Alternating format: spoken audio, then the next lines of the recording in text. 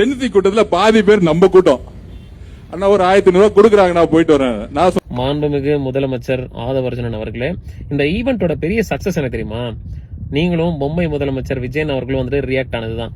அந்த ரியாக்ஷன் தான் வந்துட்டு இன்னைக்கு இந்த மாதிரி உங்களை பேச வச்சிருக்கு. ஜென்சி கிட்ஸ் என்னடா திமுக இந்த மாதிரி ஒரு புரட்சி பண்றாங்க, பயத்துல என்ன பண்ணலாம்னு தெரியல, மண்டபத்துல வைக்கிறேன்னு சொன்னோடனே வந்துட்டு போய் போலீஸ் கமிஷன் வந்து கேன்சல் பண்ணீங்க. வில்லிவாக்கம் தொகுதியில ஒரு மண்டபத்தை புக் பண்றப்ப அங்கேயும் கேன்சல் பண்ணீங்க. அடுத்தது அறிவாலயத்துல வந்துட்டு எப்படா வந்து தடுக்கலாம் அப்படின்னு பாக்குறப்ப, பட் அறிவாலயத்துக்குள்ளார உங்களால நுழைய முடியாதுன்னு தெரியும். அதுல இருக்கிற ஒரு செங்கலை கூட உருவ முடியாதுன்றது உங்களுக்கும் தெரியும். வெற்றிகரமா நாங்க வந்து ஈவெண்ட்டை வந்து சக்சஸ்ஃபுல்லா நடத்தி காட்டிட்டோம். பட் இருந்தாலும் எங்களோட ஈவெண்டோட மிகப்பெரிய ஒரு சக்சஸ், உங்களை தூங்க விடாம, உங்களை சிரிக்க விடாம, உங்களை சிந்திக்க விடாம, நாங்க கொடுத்த நெருக்கடியில, நாங்க பேசின பேச்சுல இத்தனையும் நீங்க வந்து ஒரு பிரஷரை நீங்க அனுபவிச்சீங்க பாத்தீங்களா? அந்த பிரஷர் தான் எங்க ஈவெண்டோடைய மிகப்பெரிய ஒரு சக்சஸ். இது சும்மா ட்ரெய்லர் தான்மா.